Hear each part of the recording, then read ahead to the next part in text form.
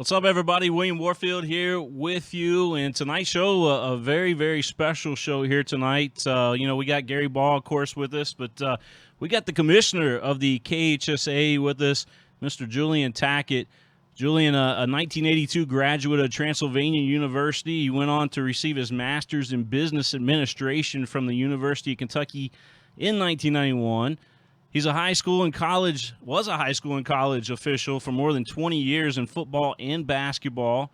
He began his career with the KHSAA 36 years ago, all the way back in 1984. And he was promoted to business affairs director in 1991. In 1995, he was named the assistant commissioner. And Tackett also led the way, along the way, in all the association's technology efforts. And, of course, he became the KHSAA commissioner in 2010. And, Julian, welcome to the show, my friend. How are you? William, it's great to be here. Thanks a lot. Man, I tell you, we are truly blessed to have you on the show here tonight. I know you're a busy man, and you could be spending this evening doing a lot more different things than spending the night with us. But Gary, I know you want to open the show with your opening question there for the commissioner, and again, we appreciate having you on, Julian. Yeah, it was quite an opening there, Jay, and you were an official for all those years. I remember up at Northern Kentucky University broadcasting NKU games, and you standing in front of me at the scores table officiating the Great Lakes Valley game with Mike Beitzel as the coach, and I thought that you did a great job as an official. Well, there's some things I guess you can just fake it for a little while and get away with it. I was blessed. I had a lot of good supervisors to work for in about 5 different leagues, and the Great Lakes was always a great conference back then. The way it was constituted, when you had Northern and Wesleyan and Southern Indiana, which I knew as Indiana Central when I was at Transy, and then of course, several other schools. It was a very competitive league. I always tease Kenny Shields when I see him. I really liked going to Northern because it was a shorter trip, but at the same time, it was always a challenge because everybody up there, we knew each other. And so I'd get over there, and Hardy Tribble would be teasing me on the sidelines, and Jane Meyer's husband, the AD, would come down later on in the career when she was AD, would come down beside me and tell me that it really needed me to do a little better than I had the last time. And of course, Kenny and Pat were always fun to tease with. We had a really good relationship, and I enjoyed it very much. And I think a little bit of that, probably quite honestly, the 20-some years of doing that at the college level helped me with my current job too, because when you do that, you realize that the best you can do is please half the people, so quit trying to please them all. You definitely learn that as a sports official. Yeah, you used to come over and talk to me quite a bit over there on the broadcast table, and your usual little quips there, and I enjoyed that. I enjoyed the little barbs back and forth with you. But how's everything going at the KHSAA for you guys this spring? Well, it's obviously an odd time. I mean, I had a question in an interview a couple of weeks ago. Somebody said, "What's it feel like to be in charge of athletics for a state with no athletics?" And, that's kind of an odd question, but we're in an odd time that none of us have ever seen. I joke with people all the time that I've taken a lot of classes, a lot of certification stuff. Was back in school a long time ago, and I don't remember the day we covered management during pandemics. I must have missed that class because there really is no script. There's no way to say that you're going to do this, you're going to do this, and it's I've said before, and you two have especially heard me say this, that everybody that's ever been in a batter's box in Little League thinks they're an expert on sports. And so it's a business where your opinion is constantly challenged. And I live by the motto of trying to do what's best for the students. And if everybody else is happy, fine. If they're not happy, that's okay too. Julian, just to reflect back, like you said, it's been a tough time during this pandemic here. Take us back to Game 5 of the Girls Sweet 16, the Mingua Beef Jerky Girls Sweet 16. I know that was one of the hardest things that you had to do as commissioner, one of the hardest things you had to go through. But I've heard stories, behind the scenes that, you were very, very emotional. People saw a different side of you during that last day of the Sweet 16. Well, don't blow my cover. I mean, it's kind of like when you're an official. You want to put out this mantra of being somebody's got to be the adult in the conversation or the strong person. That was a very, very tough 48 hours. I've been working. I started working for the KHSAA part-time. I was working keeping stats at the state tournament in '79 before I ever took a job, and went down there and really fell in love with the event. And we went through 5 games over those 2 days this year where I didn't hardly see a dribble. I couldn't tell you who played well because I was constantly getting a text or an email to get on this call with the CDC or get on this call with the governor's office and the commissioner of education and try to get more data. And then, of course, all of the directors around the country, we're a very tight network because there's really only 50 other people that understand what we're going through. And that's the state association heads. And we were talking nonstop. What are you going to do? What are you thinking? What are you seeing? So that first day was a challenge. And Wednesday night when we left, I kept the staff till about midnight, and we went through a lot of different scenarios of how we could reduce attendance, how we could do different things, none of which were very positive, none of which were very favorable. As a matter of fact, I think were worse options than calling it off. And then about first part of the first game on Thursday, had another conversation with both with the Commissioner of Education, the Governor's Office, and the Health Commissioner, and it became apparent what we had to do. Hated to do it mid-session, certainly hated to do it mid-tournament, but as I looked around and all the information we were getting was about the target audience for this virus, and we didn't know as much then as we know now, but it was an older audience.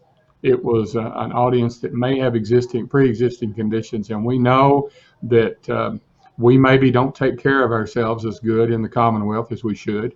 We have a lot of people with those conditions, and I looked around the arena, and that's what was there. That's what was attending. So, the players were one thing, and then in talking to other states, we had talked about a limited attendance option and trying to finish up, but we were hearing stories and I was being told stories of the states that tried to do that. They tried to limit attendance and trying to figure out who's going to be the person that stands at the gate and says, okay, you get in, you don't. You get in and you don't. And those challenges when you're dealing with somebody's child just were not going to be worth the trouble. And then, the governor made his request and he said, we really need to shut this down. And we didn't know all of the fallout at that point. Those people that were there, particularly the people on the backside of the operations with the media and stuff, we'd been through, I think, 3 press briefings, which are highly unusual. I tell the staff, stay out of the way, let the kids and coaches have the show this week. But we did try to update people, and it was extremely emotional. I'm the guy that spent my time there when I was in charge of different sports, and I know, Gary, you know this better than anybody. I've been the guy accused of getting too many kids involved. We expanded wrestling to the huge bracket. We went to almost over 3,000 people in the state track meet. We added a couple of classes in football because the same teams were coming every year. And we said, okay, what do we do to get new blood? So to take away participation opportunities, just as contrary to anything I had ever been involved with, it was like, no, we don't do that. And since, I was blessed when I took over as commissioner to be able to add some activities, add some things we hadn't done before that other people had probably thought of, but I was just fortunate to be there at the right time. And we had added, archery and dance and bass fishing and the cheer competition and all this other stuff. So to then have to go back, the hardest sentence I probably ever uttered was when I was sitting next to Butch Cope, who's my number 2 guy, and my right-hand man during the basketball tournament. And I said, you need to go tell the teams to get back on the bus for the second game. And I said, then when you come back, you need to go over there where the officials are sitting and tell them to pack their stuff and get out of here.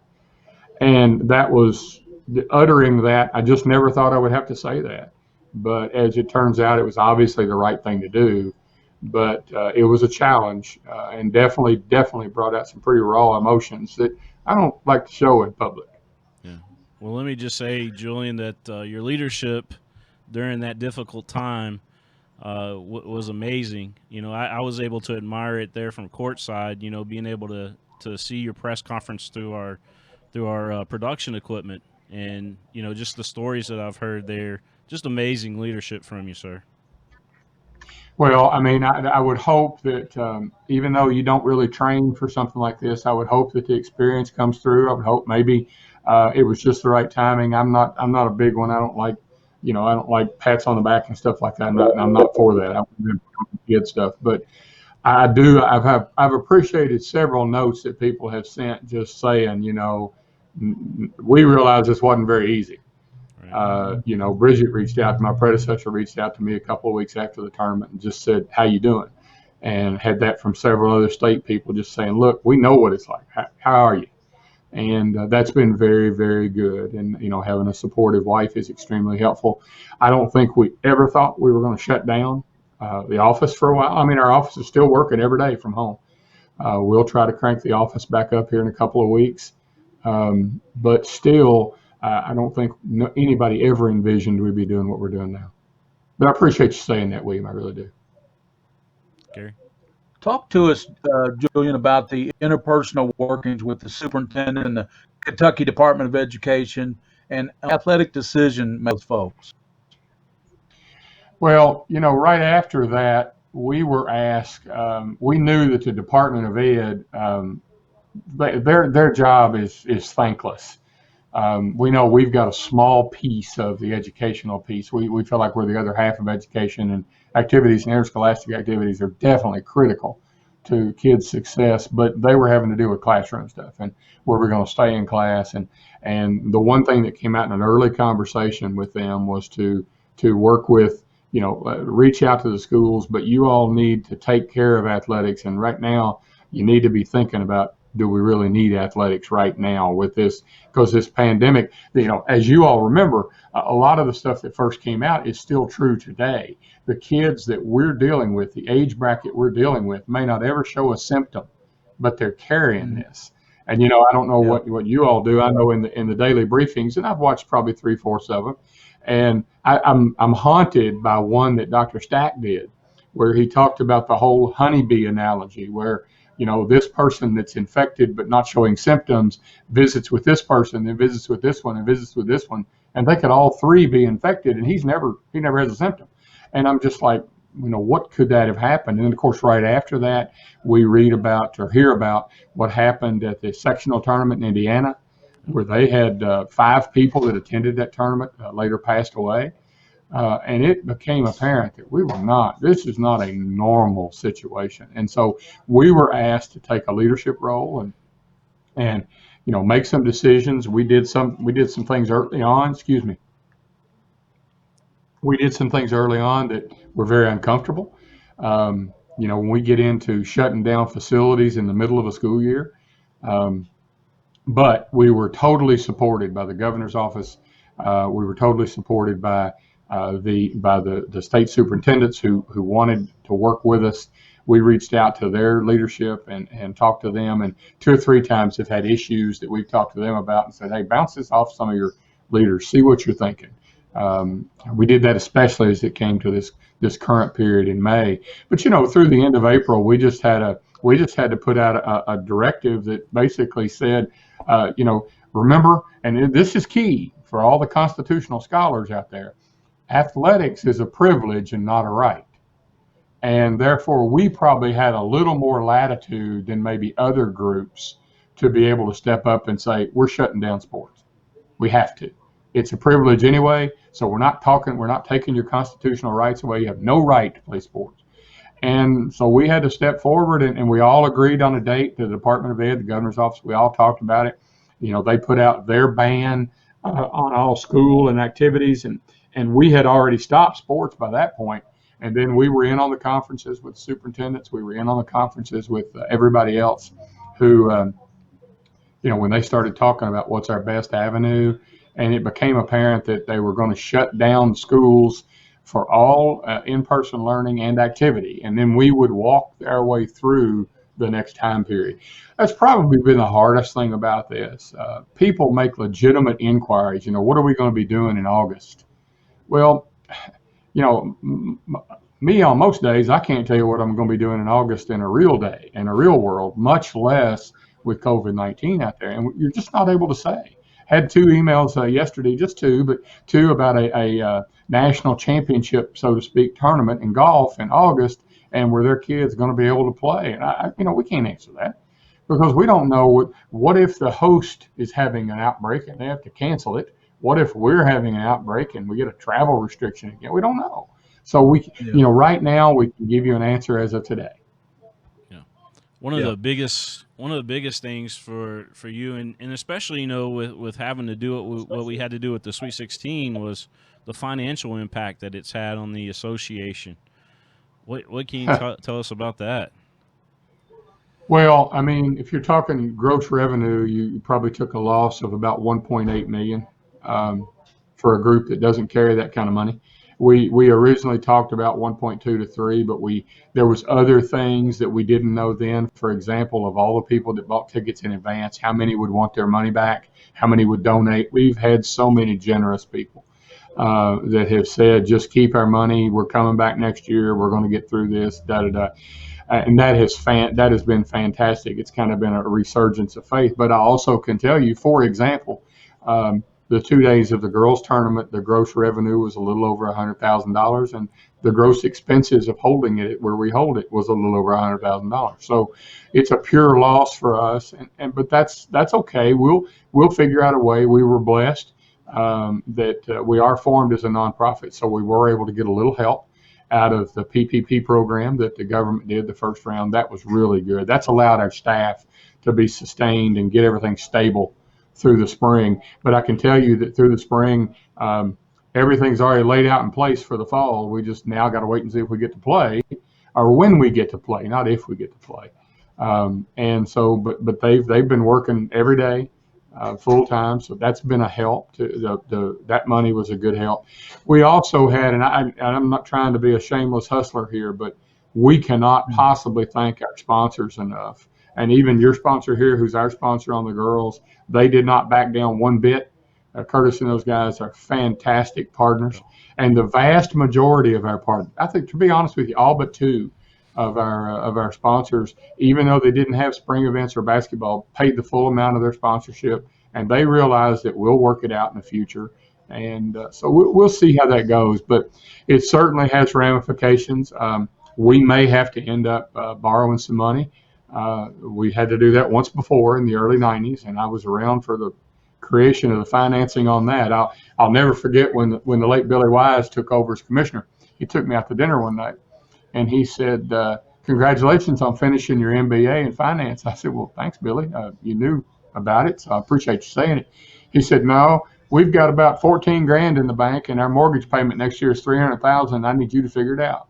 Oh. And that's not exactly the kind of meeting you want to have with your newly appointed boss, but so we've had to do this before. The advantage we've got now is through the leadership of a lot of people over the last few years. No one person can get or take credit for this, but we've paid off our building so that we can borrow against a building. We can take out a real estate loan. Certainly rates are pretty attractive right now. And, we'll get through. We really need fall championships as far as your financial question. But the decisions that we have to make will not be driven by money. They'll be driven by what's the health and safety of the student athletes first, student athlete coaches second, and then the fans, at what point we engage fans, et cetera. All of that's going to be part of the stepwise approach to getting back involved. Julian, Kentucky has always been a leader in the National Federation of High Schools throughout the nation. You yourself are in a leadership role in that right now as an official. What shared information have you had with the National Federation that you can maybe help them, or they can help you, vice versa? It's definitely been an active collaboration lately. We are in Section 2 of 8 sections in the country, and that involves, of course, Ohio and Pennsylvania, West Virginia, Virginia, and then Maryland, D.C., Delaware, and us. So it's an odd path, but there's 8 of us that are together. We have met weekly since all this started, and a lot of it is exchange of ideas. A lot of it is what's didn't work, what did work. I know that when we were going through our dead period where we shut everything down till the end of April, it's the first time that we've ever tried to regulate athletes in non-school play. but this was a public health emergency. We did not need them exposed to the disease. Well, as it turns out, nobody missed anything because nobody was playing anything. So, during that time, we're collaborating a lot with these other states, and they're asking how that went and what did we have to do. And now we're talking even more, and it's more about, a lot of it is strategic. We know that we're not first in line to make decisions about athletics, and that's why we have worked extra hard to keep our communication line open with our governor and with our leadership at the Department of Education and Interim Commissioner Kevin Brown. We absolutely have to be working together on this. Most of the time, they just say, look, y'all take athletics. But we also know that even recently, a really good example occurred a week ago. The governor, in doing what he needs to do to respond to all 4 million Kentuckians, decided he would go a little longer range in his opening plans. And he gave an example of how social media makes things really hard now, and even regular media when they make a mistake. He put out an announcement that June 15th was his tentative timeline, no details yet because he wanted to consult with a lot of people, but tentative timeline for youth sports, low contact, outdoor. Okay, sounds pretty simple, except what's youth? Well, as soon as that announcement came out, some of the high school travel teams said, hey, good, we can play. Well, youth is below middle school because we've actually sought that clarification and got it in writing. That youth is below middle school. So, okay, that means Little League is back. Great. And we need that. We really need people to be able to get out close to their home and socialize. Low contact is not a term that is involved in sports at all. So we've been working with the governor's office trying to tighten that up, and we're going to give them some information they've asked for about, okay, let's talk about contact levels. I think it's pretty easy to see that the range will probably be golf on one end and football on the other. But where do the others fit in between? And the other thing we had happen, we had a TV station in Louisville that has a really big viewership. And they took the governor's slide from that day and made an overlay for their backdrop on the news and mistakenly left out the word outdoor. So the volleyball people in Louisville all thought it was time to get started again. Well, unless you're playing volleyball outdoors, it's not even being contemplated right now. And there's a myriad of problems. But as soon as that was out there, bam, social media is lit up with people, and a lot of them I'm friends with on Facebook.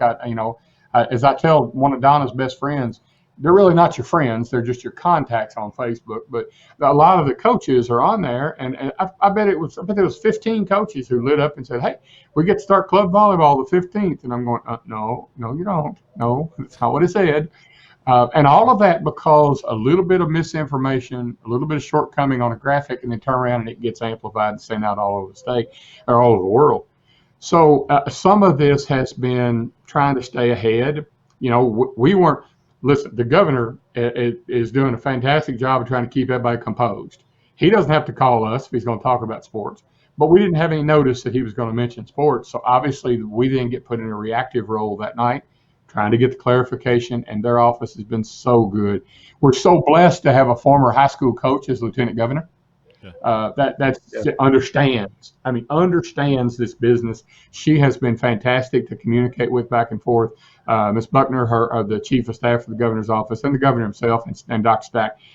You couldn't get better people in our position. I talked to one of my compatriots today from another state who's governor, without even asking them, has already given answers about what high school sports could look like here in a couple of weeks. Didn't consult the state association. Meanwhile, all the superintendents and principals are calling the state association, wanting to know what's going on.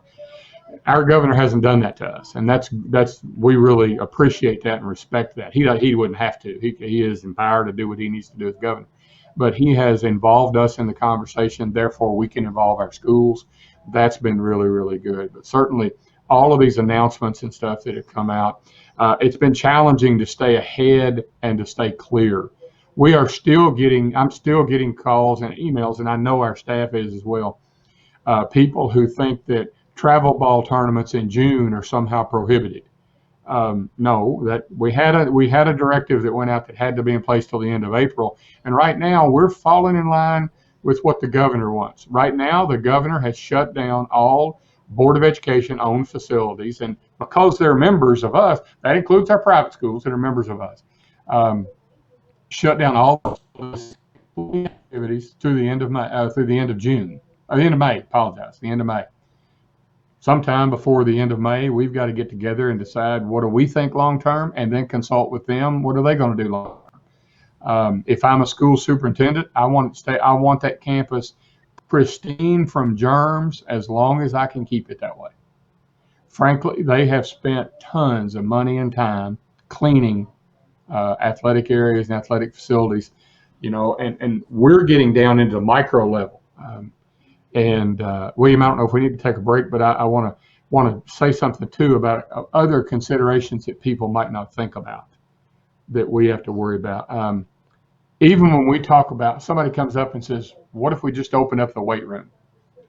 I don't know if you have followed the discussion and debate going on about opening up gyms that the public has, and that we're not talking about gymnasiums. We're talking about, workout places, which cleanliness is always a battle at a public gym. I don't care if it's the best kept private gym or, your local Civitan group, Y Club, YMCA, whatever.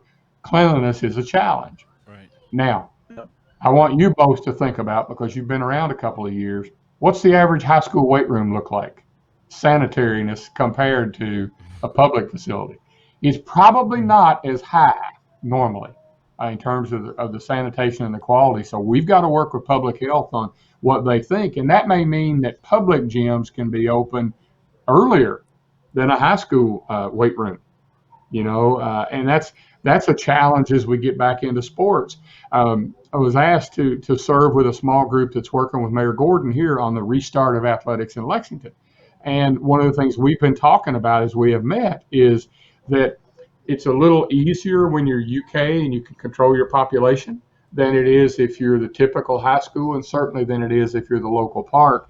How do we do all this PPE stuff? How do we make sure that temperatures are taken at a Little League game? How do we make sure that we don't have symptomatic people at this return? So this whole return is probably as big or bigger a challenge than deciding to cancel back in March, simply because we've got to be sure that we do it right, and we've also got to make sure that we don't cause a problem. And I'll give you a real quick example. We can't afford to have people who have been sitting for 2.5 months try to come out and play full steam the first night out. So even if you're talking about sports play on June 15th, you're probably not talking about games. As Allen Iverson would have said, you're probably talking about practice. Because you're going to have to do something to get the kids acclimated again, get them back out, get them some vitamin D in their skin, because they've been inside. They've been under a shutdown order to stay home. So we got to be sure we don't get some kid out there that all of a sudden starts trying to run a full cross-country distance the first day out after sitting for 2 months, and now he's got a heart attack or something. So, there's so many things to balance that people don't think about, and it's okay if they don't think about. I really think that's why the people like us can help with that. But we've got to work on a phased reentry this summer and see how it works out. We're going to come back. It's just a matter of the timing. Yeah. Julian, just to clarify, does the KHSAA have anything to do with travel ball at all? Because you see a lot of comments on Twitter or Facebook or whatever that blames you guys a lot, for the travel ball stuff. The restrictions, the current restrictions on it. What exactly? The current restrictions we have chosen not to regulate. You could take the draconian step of saying that a kid that does it somehow faces future penalties. That's not the best way. That's not the way to do it. The approach is that you tell people what's the right thing to do, and you rely on the majority that are going to do that. And that's what we'll face. Certainly now, after the April 30th changeover to the current period, we still do, for lots of reasons, there's still a lot of control over what our coaches do, our head and assistant coaches, who we really don't need them making things that appear to be mandatory. And like it or not, if we have a high school coach go out and coach a travel team, the members of his or her team that are on that travel team are going to feel pressure to play, whether they're ready or not. And so we still do that just like we do during the regular dead period. But as with the regular dead period in the summer, the athletes, we're trying to give information. If you read the information back then, even when we put it out the 1st of May, it says the other stuff is just guidance. These are things you need to be thinking about. We had a lot of questions about a football combine that was going on, a skills combine that was going to go on in West Virginia. And I think the date was actually this coming weekend. And some people wanted to go, and they wanted to know if we had to give them permission. We said, we don't have to give you permission, but you probably ought to call their city council, because their city council says they can't have the event. And if you're going to take your kid to an event that's not legal by local rules, you probably are facing other problems. So we've just tried to educate starting the 1st. It's not something we want jurisdiction over, frankly, and it would take quite an emergency for us to get back in that position. I'll also tell you that the first part of Lent, Twitter is what I gave up, and I've not resumed. And Joe tells me periodically that's probably a good idea, because I could really, I heard something on TV one day that talked about Twitter thugs with keyboard courage. And boy, that really resonated at times, because I think really the only person I've got to worry about is, do I feel like I did the right thing? Right. Don't let Cope handle it, because all we hear about is the Cardinals on the Twitter account there. Yeah, I know. It's funny. At my computer upstairs, I've got a virtual background of the Red Stadium, and whenever I call him, I'm putting that on as my virtual background. So just to make him happy, I'm trying to find a good backdrop with Wrigley in it. I think that would really set him off. I probably that would be out with that. Yeah, that'd be my choice. Julian, for the fall sports, what's the most difficult fall sport to plan for? I mean, as you look ahead, what's difficult about the fall sports? Well, in this situation, I assume you're asking versus an everyday. I think you got two that are extremely difficult right now, and that's soccer and football, and that's just because of the natural contact that occurs. One's contact with pads and one's contact without, but they both. You can't play a soccer game and stay 6 feet away from people. So the timing and knowing when restrictions are going to be lifted or remedied, and we're working with other national soccer groups and following their guidance. And USA Football has been very helpful on the football side, and I have a great relationship with them, and that's been a help for us to get information. Football is somewhat maybe more of a challenge than soccer, because it also has some regulatory things you have to do. You have a certain amount of practice with just helmets, certain amount with shoulder pads, and so it's going to be I went through 3 or 4 weeks ago, and we've looked at a chart that basically, and it's just working documents, nothing that we've published. But okay, if we start here and we have 2 weeks of nothing, then we have a week of helmet, a week of shoulder pads, and a week of contact. Then week 6 we could be playing from the day we start. Potentially, but that's all based on us getting out of this 6-foot social distance thing for the purpose of athletics. So football and soccer will both be a big challenge, a challenge that you don't think about. 2 other things that we talked about. Let's just stick to fall. Volleyball is inside. Now people think, you don't have much contact in volleyball. You haven't watched much volleyball lately if you don't think they get within 6 feet of each other pretty regularly. And plus you have another factor, because it may get into the real drill down detail of how does the air recirculate in the gym you're playing. Is it something that's constantly pushing fresh air in and out, or are you recirculating the same old air?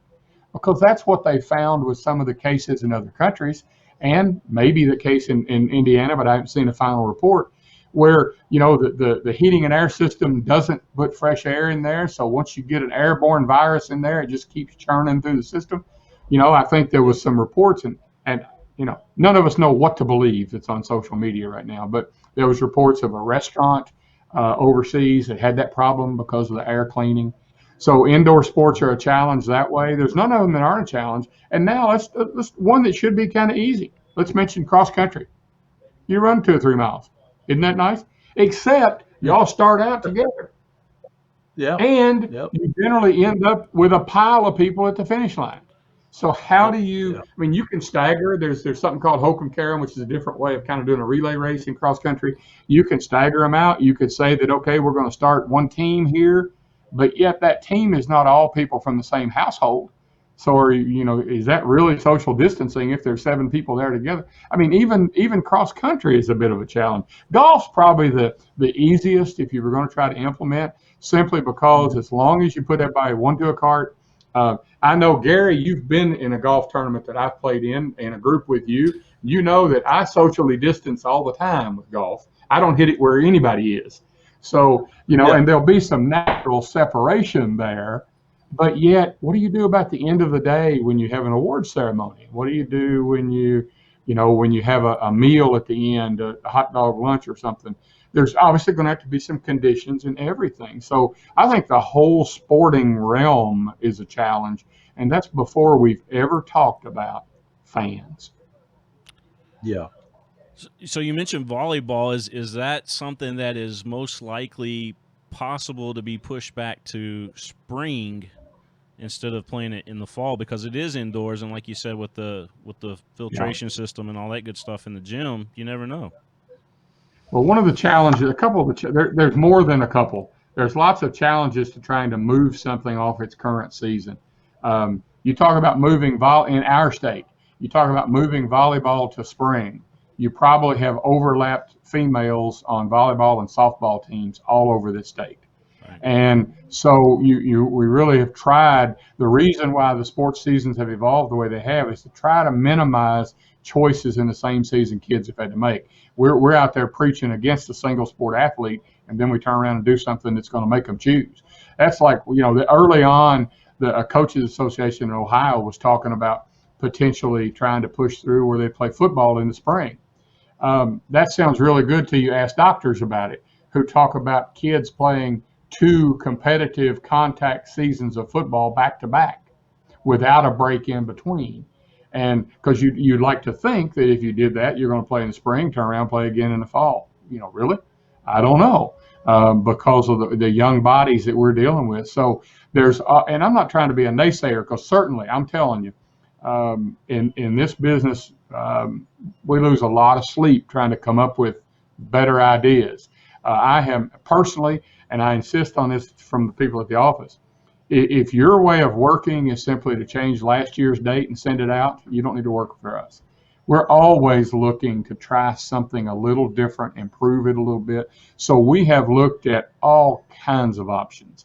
The most dangerous thing, and this is why I've been consistently saying one message, to me, the most dangerous thing impacting the future of sport is if we get out and have to start and have to stop. We get that big outbreak where everybody has to stop, because then you're going to have all of this time again where you let that outbreak go away, and that it could be the same length of time. So I have been saying all along, the longer we can wait to start, the better our odds of not having to stop. And that's a key thing that factors into some of this discussion too. And the closer we get to a cure or to some kind of antibody, that's another thing. Certainly, yeah. The 2 big remedies we know of is a vaccine or the effective treatment, to where Gary comes down with it, boom, here's the pill, he's fixed. Right now we don't have that. Prevention is always the best. And I know that the one thing I'll say, that just from a student perspective for me, this is probably the first time since 1918 that everyone in the world is working on a solution to a problem that's facing us all. There's none of this, it only affects Germany, or it only affects Japan, or it only affects China. We're losing a commish, Gary. Minds in the world working on this, and I said we've kind of, I've said this jokingly, and this is not a disparaging comment, but this is Revenge of the Nerds made a lifelong. Our future in an athletic realm is in the hands of scientists. It's in the hands of the people that maybe in high school were teased by the athletes. But right now,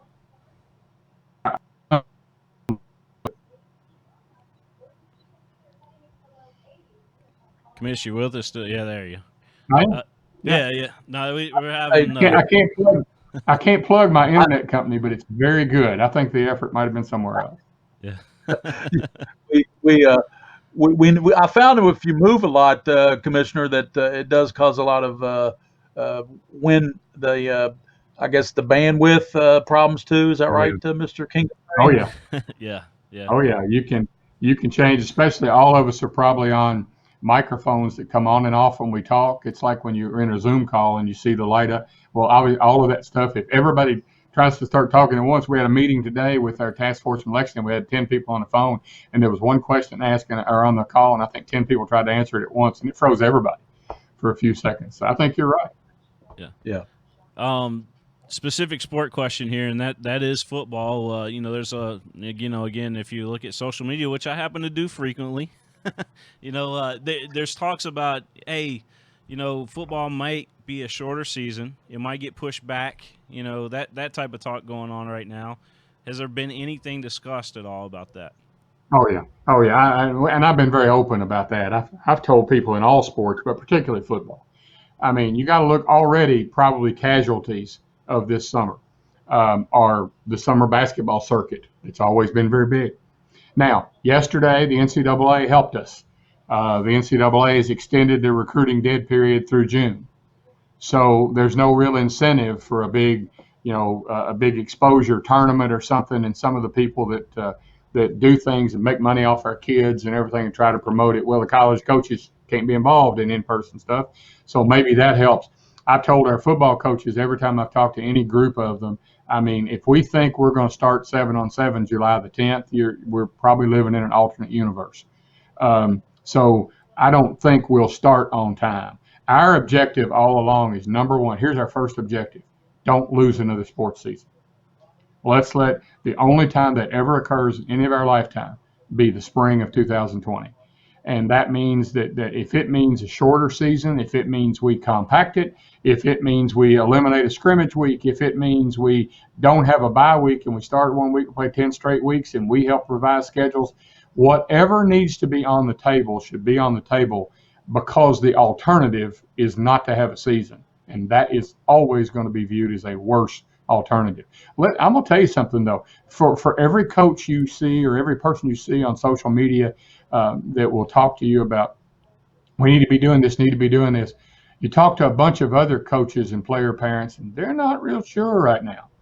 They'd like a little more public reassurance that it's safe to do it.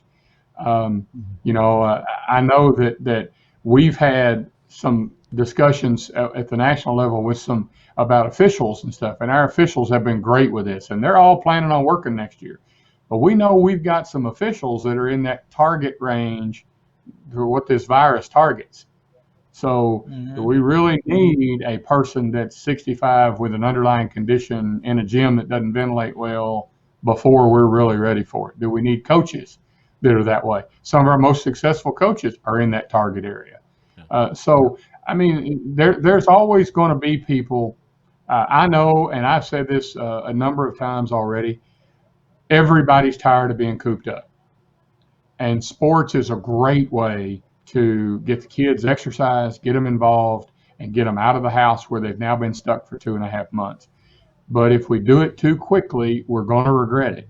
And everybody knows about it. Oh, yes, you have this little bitty percentage of people that have the whole conspiracy hoax thing going. And, I got some nice consolation prizes and thank them for playing. But, this is real. It's just had, and when it hits real, when I find out today that a staff member in one of our state association offices had COVID-19, or you have somebody like Jody Demling, who's a friend to all of us, who very nearly lost his life, that's when you quit using the hoax word. You realize to get your head out of certain parts of your body and realize that we need to think through this before we do anything. Commissioner, you kind of hit on it earlier with the fact that scientists are all coming together trying to find a cure for this, or trying to find a remedy for this. But what anything positive has come out of this thing that maybe you could? Tons. Gary, we've seen the humanity of people come to the forefront in a positive way. We have seen people doing things for others whether it's leaving a little extra tip when you go get dinner. For us, it's once a week we try to eat out and go get carry out. So we'll, you leave a little bit extra, little things, saying thank you to people. The number of people I walk around,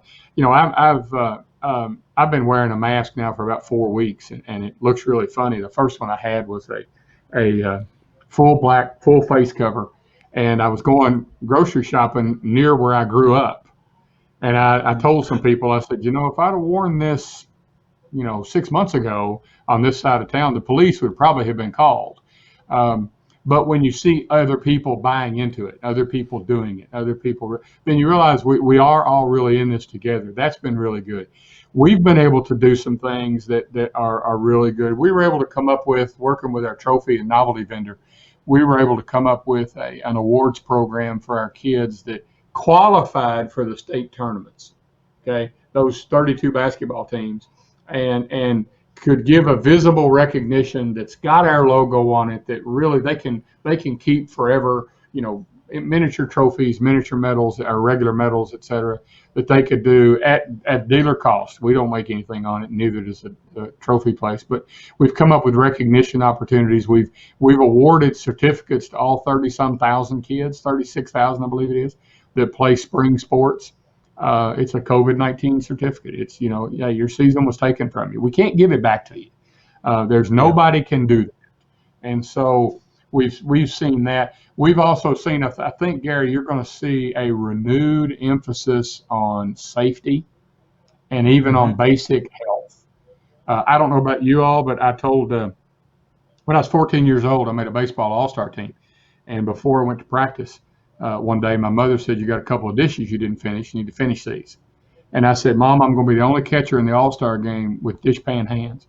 Well, I didn't know that several years later, 40-some years later, I would be one of the few people in America, or one of the few commissioners in America with dishpan hands, because I wash my hands so dang much. But I think we've all gotten a little bit more knowledgeable if we paid attention. Now, are there people out there, and I would sometimes be one that says, man, we can do this earlier than that. We can go a little faster. Yeah, that's okay. But the recognition that this is a once in a lifetime thing has been very helpful to us. I think we, for the most part in our state, don't realize how blessed we are to be as united as we are. We are much more united than most states. And whether you think that's a product of McConnell's rescue bill or Andy Beshear's Daily Show, whatever, then you credit whoever you want to credit. But we are more united than so many other states. And that has been good, and that will pay dividends in the future because we will continue to be united. So things like that, some of them are more ethereal, but I think there's been a lot of positives come out of this. And I think the other thing that I would say, Gary, and I think this has really come to a head lately, I think the value of interscholastic athletics probably has never been as high in the minds of most Kentucky people than it is right now. Because we finally, the old adage, you don't appreciate what you have till you lose it. Right. They lost it. They now realize, they now realize, man, just think about that. Think about the year we lost. Oh my gosh, we want our sports back. Yeah. And so many magical moments that had happened leading up to that. I mean, you could go any sport and so many magical moments. I don't want to pin any one specific one, but there was a ton of them. I mean, heck, all the games that we covered, Gary, all those football games that we did, my goodness, it was probably the best season we've ever had. But by far. You had mentioned officials. Do stuff now that they never could do. Yeah. Go ahead, William. I'm sorry. You had mentioned officials earlier, and I just wanted to get your thoughts on this. And there was already a shortage of officials. Getting folks to officiate. We were running the campaigns, all that good stuff. Do you have any concerns about that once we return with a shortage of officials? It's going to be interesting because I would go a couple of different ways with that. I think we're going to see some people who had contemplated retirement that will not take the risk this coming year because of their age, because of maybe their exposure and their potential. And I think there's people that will sit this year out. They may register, but they may not officiate. So we may see a little shortage stuff there. But the key is going to be how happy are the fans and parents to see the games come back. And does this, and we won't know this till we start playing again, but does this tamp down the venom that was going on between fans and officials before this, where it had really kind of gotten out of control in some areas, where the standard of expectation for contest officials was way too high, especially at our level. This is the entry level. By the way, your kid's not good enough to play college either, so maybe this referee is not quite ready for college either. This is the learning level. That's, people don't want to hear that, but that's the truth. So I think as we go forward, I believe, and I'm Gary, you've known me longer than William, but you both know me a long time. I'm not a Pollyanna type, but I believe we will be so appreciative that sports is back. We will see a whole different attitude about sports being played, especially if the first part of various seasons end up being with less fans than normal. I watched an interesting thing. You all probably saw it this morning on the news about I think the only live sports going on right now is Korean baseball. And there was a news story about the popularity of that, because people just want to see sports. ESPN's got a great campaign going right now, an ad campaign going on, we miss our sports. We want our sports back. That's so great. And I think that will help. They got cardboard cutouts of fans in the stands on that. That was pretty awesome to see, though. Well, you can't catch a COVID if.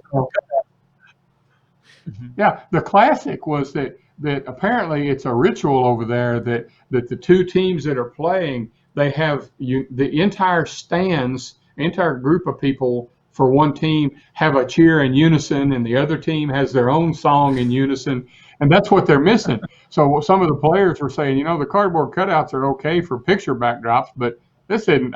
Where's the songs? Where's this? Where's that? So, but it's amazing. I mentioned earlier, it's bizarre to me. It's not bizarre. It's my career, so I guess it should be a positive. But how many people? I'm on old social media. When I backed off of Twitter for a while, I ramped up Facebook stuff, which is social media for old people. But a lot of the chatter on there was how many people were watching the draft, the NFL draft. Because we were starving for live sports. Why can the pro? And this is something else I want to be sure to mention before we close. But this is key. Some of the pro sports, because of their TV contracts, can say we're going to have sports without fans. Yeah. 94% of kids, when they play a high school sport, they never play beyond high school. How are we going to tell their parents they can't come see them play? Are you serious? I mean, really? I mean, it may come to that point, and the health people may bring it to that point, but our decisions can't be driven by what the pros do. Just like the small college decisions can't be driven by what UK and the SEC does. We're all going to have to make different level decisions, and ours is a community-based sport. That's its beauty, is we are people that live in the same general area. So, I think the biggest thing, William, your point earlier about football, one of the things that I do think will happen this year, and I don't know this, we could all wake up Monday and they say, you know what, no sign of the virus, let's go. I don't think it's going to happen. But, at the start of our football season, we have a lot of big distance travel games that involve historic teams. As I told our coaches a while back, if I'm organizing something like that, I'm already looking to reschedule those, because those early games, I think you're going to be able to see early on, a whole lot more localized competition, close by, where we don't have to travel. If we get an outbreak or get a problem at a site, we can get out of there. Different than if I've got to come a 5-hour bus ride and basically incubate my team. Think about bringing Mayfield, and I don't know their schedule, but let's say that Coach Morris and his team was going to come to Lexington. Are you going to tell them now that they got to be on 8 school buses and spread out with 10 people per bus? They're probably not going to do that. They probably can't afford that. And so now you're dealing with social distancing during travel, which is something that nobody thinks about. They all want the games, but they don't think about, it's a different story. Yeah. Yeah. that brings me to one of my last questions, and I know you're probably, yeah, this is your last question. But it's like your venues, okay? The venues that you play in, how, you have to look at the availability of those venues for state championships, don't you, JT? Yeah, when you start looking at moving things around, especially we're blessed to have access to the Lexington Center for our two basketball tournaments there at Rupp, and then you've got you turn around and you got UK for about 6 sports now, and that's where our fans want to come. Yeah, We know that there's like it. There's people that think you ought to move stuff around. No, you got to go where people are going to come and can come. When I got the call in first part or last part of April, I guess it was, that wanted to know what we were doing with spring. And I said, I don't think we're going to be able to play. Well, they said, we're going to have to take the Nutter Center and make a field hospital out of it. So none of our facilities will be available till 1st of August. And that was another contributing factor to the spring discussions is there's some events you can't just play anywhere. There's the reason why the track meet is where it is that's the place that'll hold the track meet. Not everybody's built for that. So venues very much play into this. Venues schedule other people that are using venues. We already know next year, because Rupp is scheduled to hold an NCAA round, that if all this goes away and they're playing, we know we've got to play on 2 certain weekends, or we may not have access to Rupp. right. So that there's more to it than just somebody saying, you know what, this doesn't fit September, so let's move it to March. There are lots of venue considerations, and we got 19 championships now that 3 or 4 of them you might be able to easily move, but there's not many more of that you can move without impacting other things. Well, Julian, I know I can't speak for myself. I really appreciate the job you've done under difficult circumstances. Your staff at the Kentucky High School Athletic Association. I take this from somebody who's doing this his whole life. 35 years I've been doing high school sports, either radio or whatever. Been doing my TV show for 17 years. Don't even know if I'm going to have a show this fall. There may not even be high school sports this fall to talk about. So I may not even have a show. I may not even have a job. So, but I'm just saying, I appreciate the job you guys do, and I love you guys, and just keep up the good work and keep doing what you're doing, because it's the best thing. William? Well, Gary, I appreciate that, and I can tell you that number one, your show is a valuable service for the schools in this part of the state, and in some form or fashion, and through whoever has to be lobbied out there on Winchester Road, we need that show, even if we're not playing. I've made that comment to some of their people at the station that is an infusion of positivity. One of the reasons we didn't real quickly cancel our tournaments was we wanted to give people hope. We wanted to try, not false hope, but can we give them something to work toward? I felt like, and I think this happened in one of our southern states, they called it off too quickly. And when they did, the kids had no obligations to the school. They were out. They've had gang problems. They've had all kinds of stuff. And we don't want that. So that show's valuable. And what William does on a weekly, daily basis is great to promote this level of sport, which is still the purest amateur level. Yes, it is. Thank you. Commish, I do got a few more questions here for you. I hope I'm not taking up too much of your time tonight. But, hey, I come You do whatever you want to do. You got the microphone. Well, let's see. A lot of folks are talking about, red shirting high school athletes. I don't see how that would even work, even if it was possible. What's your thoughts? No, we've talked about the potential. We've talked with people at the Department of Ed. We talked with our own board.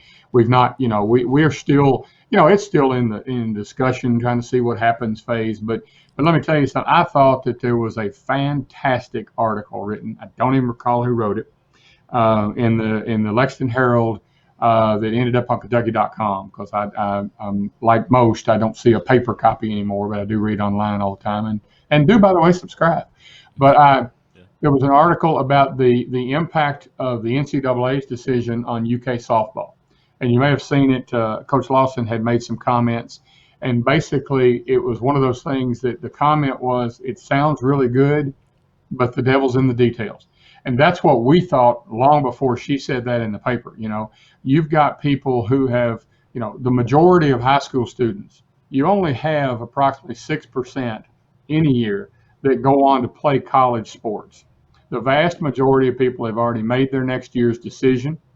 The primary reason they play sports or enroll in school at a high school is not to play sports, like it or not. That may be mom and dad's reasons occasionally, but that's not generally the reason why school-based sport works. There's a number of complicating factors. Every single person on the team is affected if you make that decision.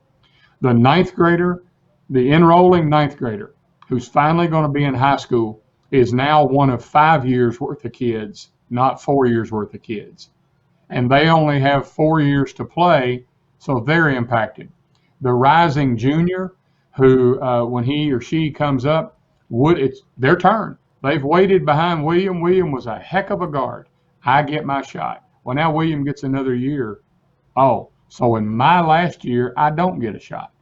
They just don't, people, when you think of all the issues, not to mention the fact, the biggest thing is the fact that education reimbursement to schools for students is based on the SEEK formula. And it actually penalizes you for repeating students, because we shouldn't, as taxpayers, the feeling is we shouldn't, as taxpayers, pay for the same kid's school year twice. Like it or not, during this spring, when people were getting NTI or other forms of instruction, they were getting school services that were paid for. So, you know, there's the devil is in the details. It's a worthy concept, and no one can fully fathom or apologize or express emotion enough to what those kids lost. But everybody lost something with this. Everybody. Yeah. So I think that while it sounds, it's just like that Coach Lawson's comments in that original article talked about, you know, it sounds really good when you're sitting in a boardroom, but in a practical application, who's going to pay in their case, who's going to pay the tuition, who's going to do this, who's going to do that? Well, for us, we as taxpayers pay the tuition.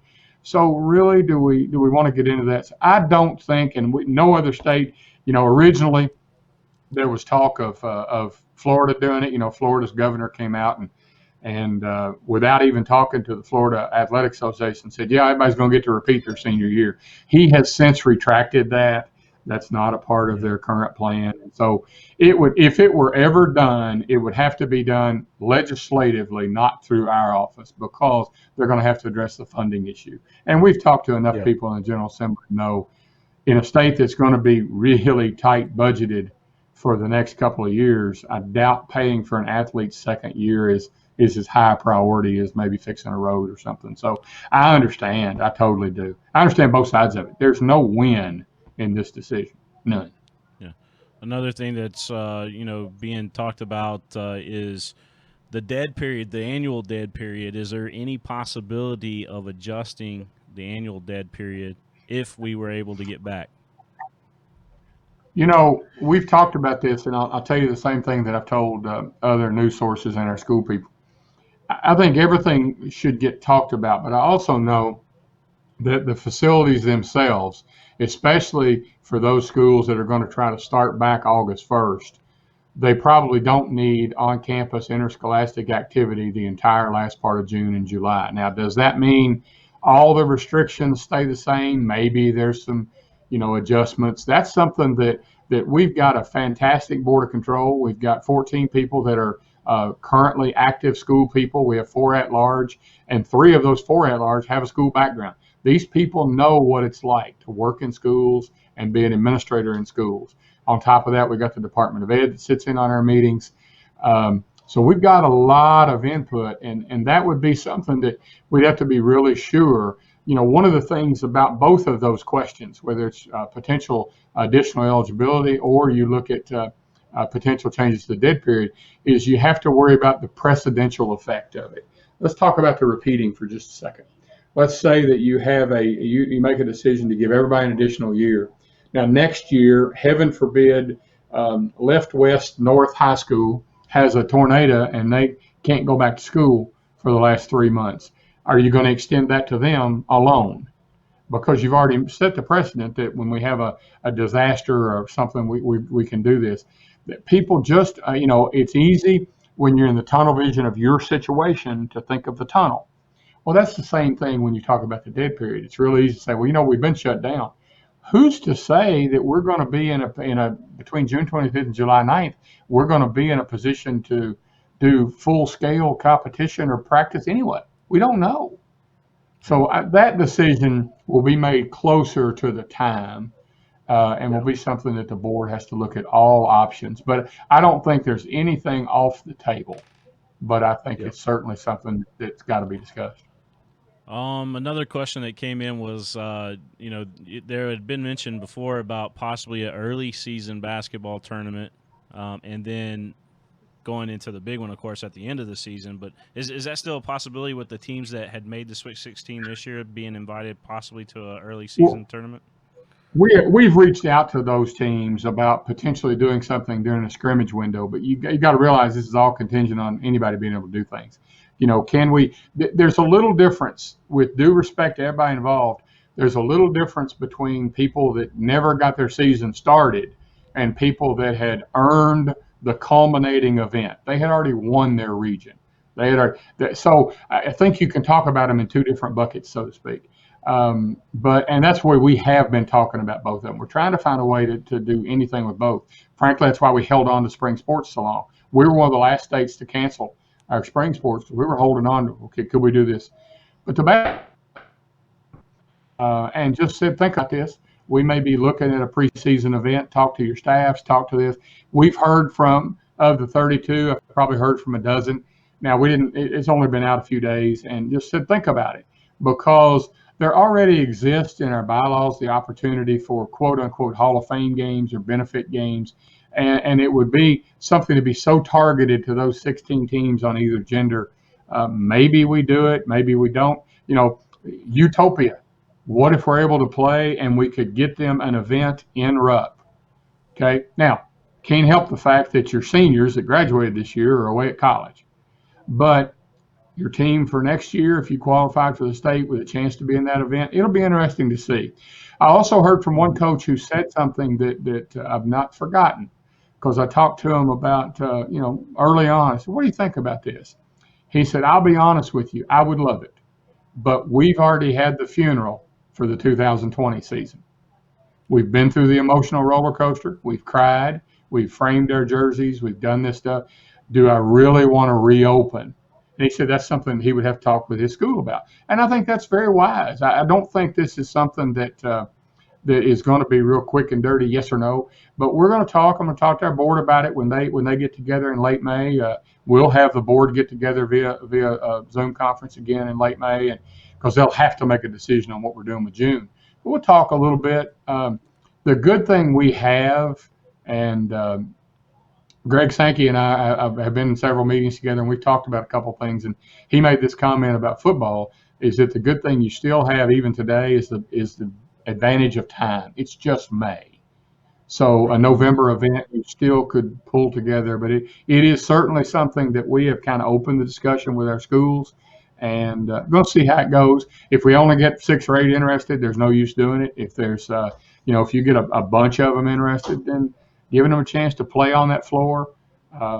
Maybe it's maybe it's a one-day festival type. You don't play a full tournament, but you at least get them to play there. I don't know what shape it would take, but can we get those people who earned that, forever, when you go in half of these counties, and Gary, you know this as well as anybody, you go in half these counties, that green sign on the road is going to say home of the 2020 regional champions, and can we get those guys that earned that a chance to play at Rupp? And that's what we'd like to try to do. Time will tell. Yeah.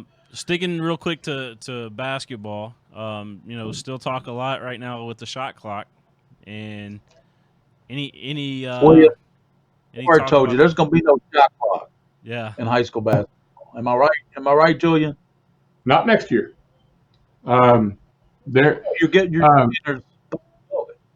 down now that the Federation has issued its press release, I can talk about it because I'm on the rules committee for the next couple of years, and a lot more discussion this year than in many. And part of that is, there's a fine line within the Federation playing rules in all the sports where they can let certain states do what they want to, and it's called state association adoption, and not run afoul of all the procedures. So this year there was a lot of discussion from that perspective, and I think that Teresa Wins in the Federation office, they put out their news release day before yesterday, I guess, and that it was discussed. We get questions about it all the time. I would have said before COVID that we're past the point of talking about cost as a factor, because most schools were going to find the $3,000 it would take to put in shot clock. I don't know after COVID, but certainly before, the biggest issue has been and probably will continue to be, especially for a nationwide adoption. We have a number of schools that struggle to get a book operator, a scorebook operator for your varsity games, or a good clock operator for your game clock. Now you got to get a third person, and you certainly, if I'm a coach, I don't want you playing this at the varsity level, having that rule, and not having it at the freshman level where I can train them. Well, a lot of times you're grabbing somebody to do the clock or the book out of the concession stand line right before the referee throws the ball up in these non-varsity games. Come here and keep the book for us. The shot clock is one heck of a lot more difficult to do than the game clock. Game clock's on and off. I mean, it's really, shot clock, you got resets, you got all this other stuff. So I think there'll still be some discussion. I would say this, and I'm on the record as saying this, and I told Teresa this after our meeting. We are closer than we have been, to doing a national rule, but it has not been adopted. Okay. So it won't happen this year. It will not. And I would say that if it does, Gary, you're also looking, whenever you do an equipment change on a rules committee, you're looking at a phase-in period of several years to allow people to get it installed. So you're not looking anytime in the next couple of years. Yeah. Julian, just one more thing here. And, you and I both are, and I'm sorry, Gary, for keeping you as well, but you and I both are a big fan of technology, obviously. Something that's near and dear to my heart is the streaming, of course. How big is that right now during this time? And what do you see the future of that for high school sports? Let me get you to repeat that one, William. I'm sorry, we had a little in your connection. Oh, okay. So you and I both are big fans of technology. Oh, yeah. So let's talk about streaming and how important that plays a role right now, not only during the pandemic, but the future of of streaming that you see in high school sports. Well, I can tell you this: if our schools have not thought about a stream solution, they should start tomorrow. And I'm not talking about, and this is just something that even technology buffs can agree to disagree on. I'm talking about where they can put it behind a paywall and make some money. Because I think you're going to see a certain segment of the fan population that's going to be really reluctant. Even if it were allowed, they're going to be really reluctant to come to live sports for a while, especially the group that we draw. And by that, I mean, the regular season games draw families and friends, and the postseason games, that's where you get the cousins and aunts and uncles and grandmas and grandpas. They all come. And we're blessed by that. That's what's kept us alive for more than 100 years. But what if you start out, what if your first month, if I'm an AD, I'm asking, what if my first month I can only have a handful of fans? How am I going to make enough money to pay bills? How am I going to buy uniforms? How am I going to do this?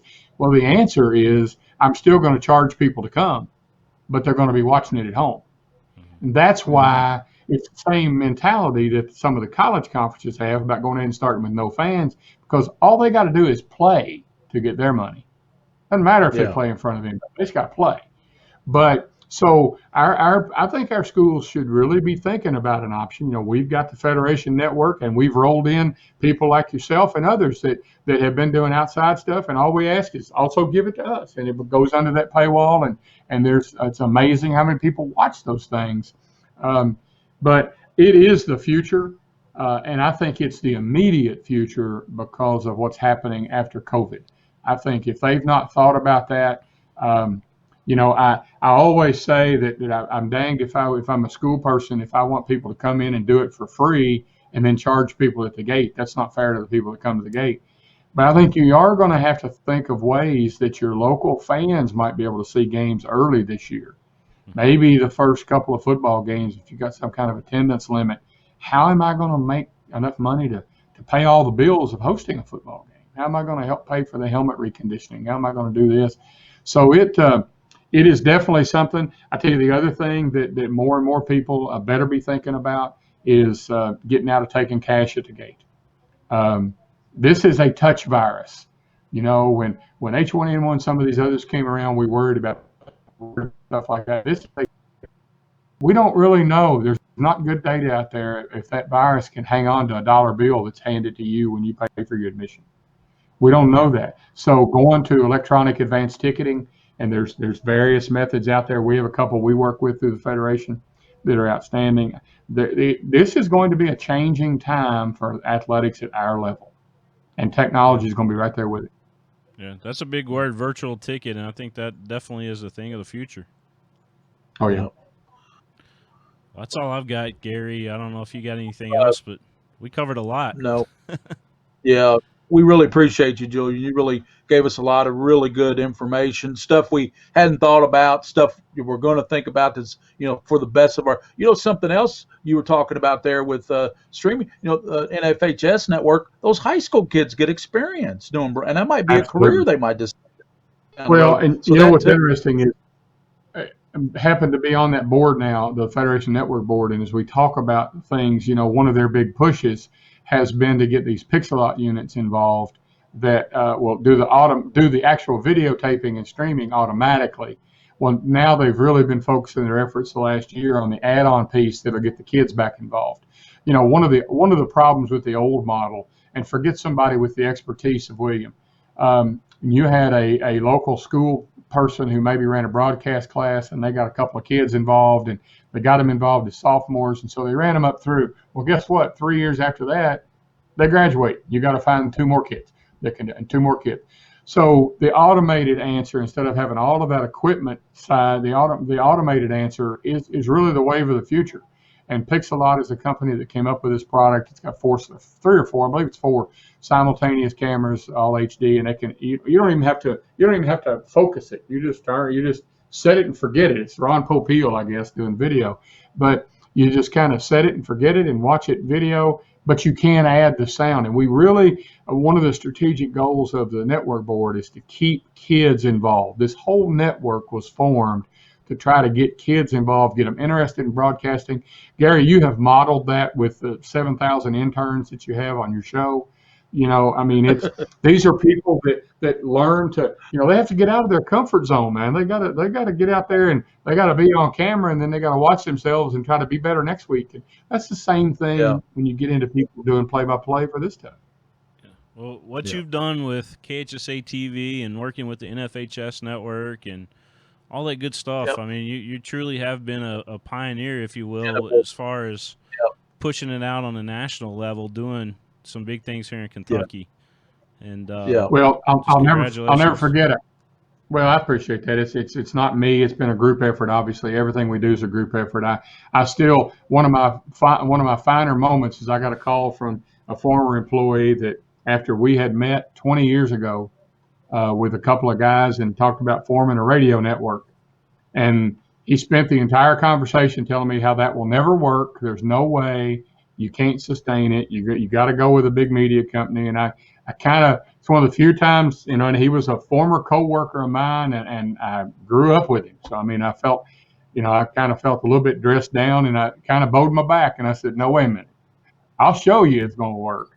And it's still going strong, and would have had another successful year this year. And you all on the TV side have really been pioneers as well locally. Plus you keep my former position coach Mike Meehan, you keep him working on Friday nights sometimes and keep him out of trouble. So that's always helpful. So I'm just telling you that the wave, I worry a little bit that some schools that have been hesitant to address it don't realize that we are now 10 weeks into the only TV being what you could stream, the only sports being what you could stream. And that expectation will now be there.